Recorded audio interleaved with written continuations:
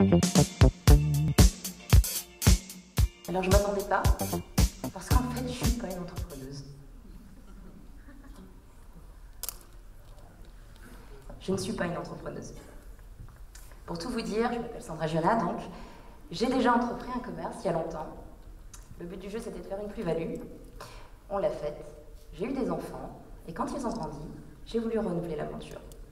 Et à ce moment-là, c'était en septembre 2007, il y a eu un poste de responsable pour Comptoir des Cotonniers à Dunkerque. On y reviendra après. Qui a été proposé. Tout ce qu'on a vu jusqu'à maintenant, moi, ça m'a beaucoup touchée. Parce qu'il y a des choses, j'ai retrouvé des valeurs auxquelles je crois profondément, des notions de cœur, des notions, un état d'esprit certain, des convictions, etc. Donc, puisque je suis là maintenant, ben, j'ai envie de vous faire passer un message. La première plus-value de votre entreprise, c'est d'abord vous. Voilà. Donc, je m'appelle Sandra Giona, je suis responsable de Comptoir des Cotonniers depuis septembre 2007. J'avais envie de participer à l'aventure Comptoir des Cotonniers parce que c'est une sacrée aventure humaine justement. Et c'est là où on va retrouver des notions de cœur. Je croyais profondément au produit en tant que fille, j'adorais la marque, j'adorais le produit, mais c'était aussi une entreprise, et c'est toujours, avec des valeurs, un sentiment de proximité, un attachement très fort à la marque. Et pour moi, une entreprise, c'est avant tout des échanges avec les gens.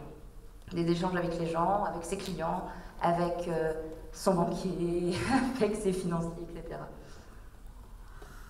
Voilà. Alors, quand je suis arrivée en septembre 2007 pour Comptoir des Cotonniers à Dunkerque, il était prévu que le bail du magasin se terminait en juin, il était prévu qu'on ne le renouvelait pas. Voilà, il y avait eu 4 responsables avant moi en 5 ans, il n'y avait pas de chiffres, on me disait qu'il n'y avait pas de potentiel à Dunkerque. Et moi, je comprenais vraiment pas pourquoi. Je comprenais vraiment pas pourquoi. Je suis allée au siège. Et on m'expliquait, ben oui, apparemment, il n'y a pas de potentiel.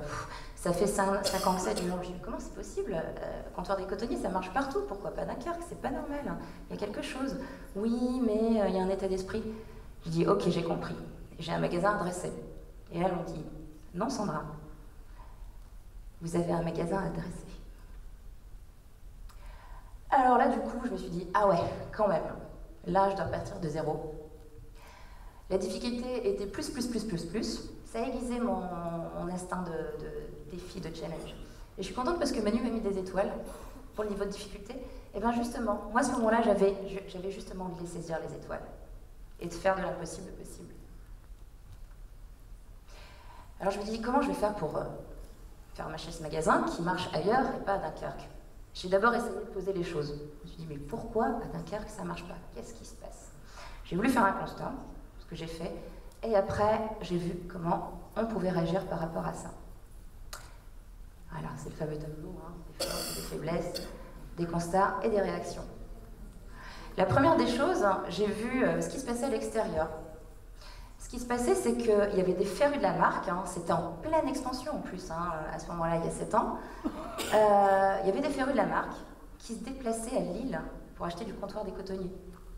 Elles étaient prêtes à faire le chemin à Lille et à Paris pour acheter du Comptoir des Cotonniers alors qu'il y avait un magasin à Dunkerque. Et il s'avérait que les gens ne savaient pas qu'il y avait un magasin à Dunkerque. Ils ne savaient pas pourquoi, parce que le magasin n'était pas visible. Première des choses, il n'était pas visible, la porte était fermée. Il n'était pas bien éclairé, etc. Il n'était pas visible de l'extérieur, ça ne donnait pas envie. Ça donnait pas envie. La première des choses que j'ai faites, donc du coup, eh ben, j'ai ouvert les bras, j'ai ouvert la porte, tout simplement. Voilà, tout simplement. Malgré ça, les gens ne venaient toujours pas. Alors, je me suis dit, comment je vais faire? Bon, ben, si les gens ne viennent pas à moi, c'est moi qui vais venir vers eux. Donc du coup, j'ai pris mon courage à deux mains, j'ai pris des catalogues Comptoir des Cotonniers, je suis allée place Jean Bart, j'ai accueilli les gens, je les ai attrapés. Je suis même allée jusqu'au magasin avec eux. Non, vous connaissez Comptoir des Cotonniers? Ouais, vous savez qu'il y a un magasin à Dunkerque? Ah non, ben, venez voir. Et donc du coup, les gens sont entrés dans le magasin. Ça, c'était le constat extérieur. Dans une entreprise, il y a toujours ce qui se passe à l'extérieur et ce qui se passe en interne. Et c'est ça, finalement, le plus important. Je me suis rendu compte que dans l'équipe, il Les filles étaient là sans conviction, sans force, sans valeur. Pour elles, c'était un travail alimentaire. Voilà, c'était un salaire, point. Je me suis dit, mais non, ça c'est pas possible, c'est pas possible. Si on fait ça, on passe aussi à côté de sa vie. Je leur ai expliqué que moi j'étais là, si j'étais là, c'était pas pour gagner des sous, c'était parce que j'y croyais. Et j'étais là, pas par hasard, c'était par choix et par passion. C'est avec mon cœur.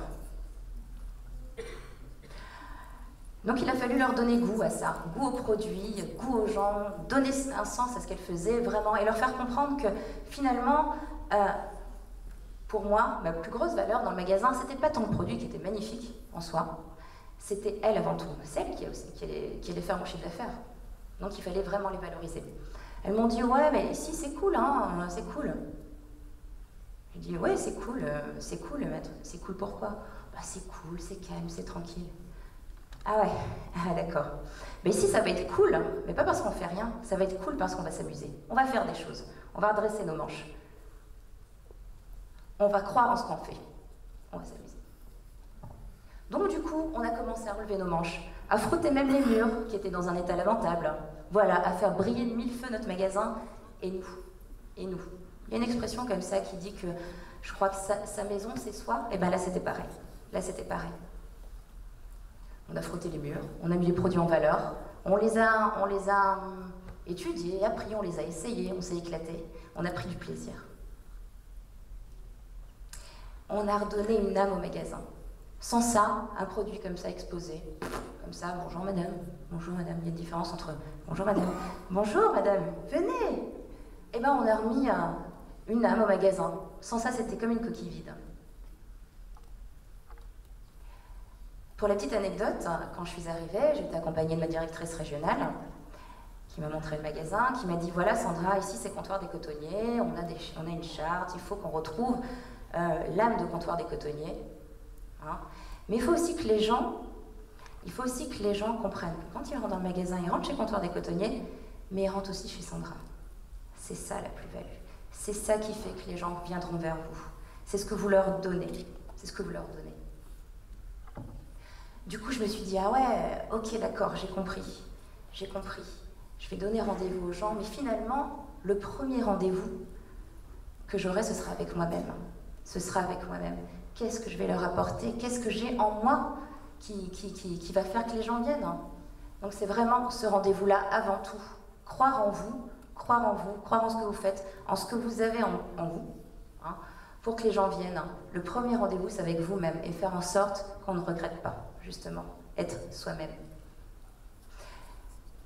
En plus, on m'avait dit qu'un client content, eh ben, en ramenait 7. Donc là, il fallait être au taquet. D'autant plus qu'un client mécontent, eh ben, il en parlait aussi à 13 autres qui n'allaient pas venir. Voilà. Donc je me suis dit, ok, eh ben, il va falloir que je les chouchoute alors. Il va falloir que je fasse la différence avec les autres marques aussi qui commençaient à copier, qui commençaient à avoir les mêmes produits que nous, à peu de choses près, jamais y aller. Mais il fallait que j'apporte des choses en plus. Il fallait vraiment... Comment?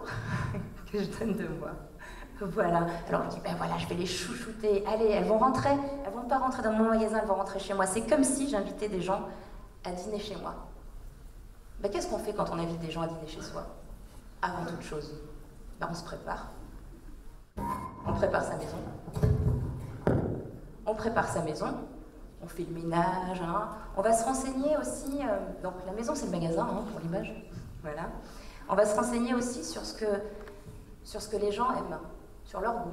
Donc on va étudier le produit. Voilà, on va se renseigner sur ce que les gens aiment manger. On va leur préparer quelque chose, une bonne recette.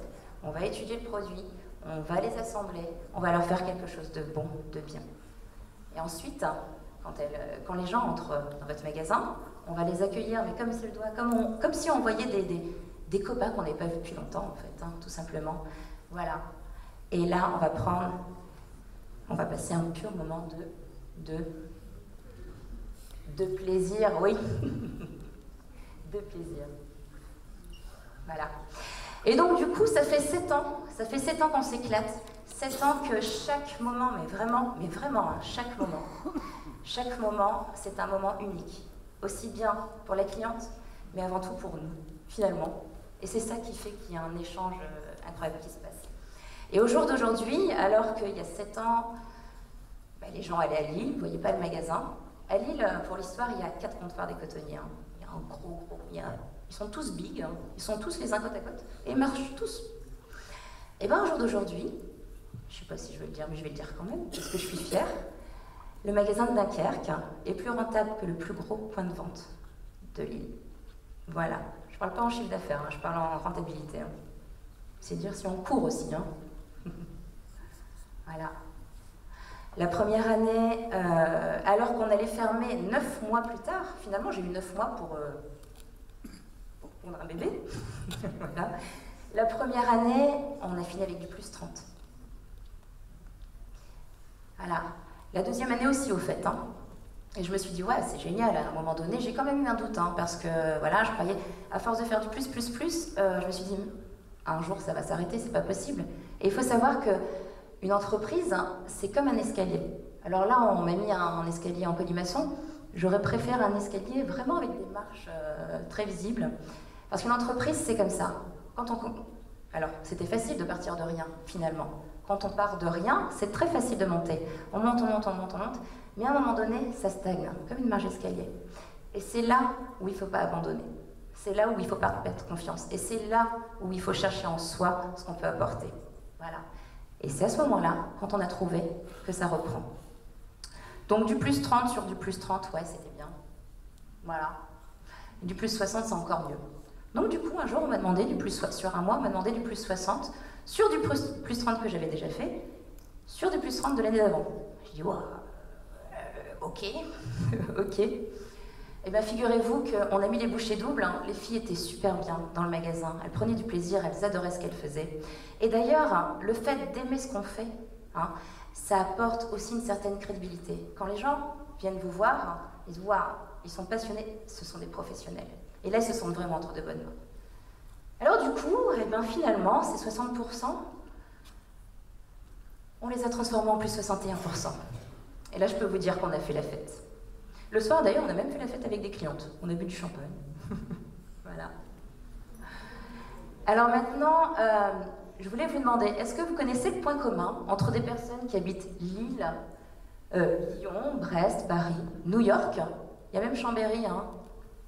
Il y a même Chambéry, je l'avais dit. Hein. Et ça, c'est important parce que c'est des gens. Est-ce que vous connaissez les points communs entre toutes ces personnes-là? Non? Eh bien, au jour d'aujourd'hui, elles viennent toutes à Dunkerque. Pas toutes, mais il y a des clientes de New York, de Chambéry, qui ont des comptoirs des cotonniers hein, juste à côté de chez elles, hein, et qui ne vont pas acheter. Elles vont attendre les fêtes de Noël pour venir dans les familles à Dunkerque, parce que Dunkerque, c'est aussi une super ville. Voilà, elles vont venir 2 fois dans l'année, la nana de New York aussi, et elles vont venir chez Comptoir des Cotonniers à Dunkerque. Au jour d'aujourd'hui, le magasin de Dunkerque est un magasin exemple pour Comptoir des Cotonniers.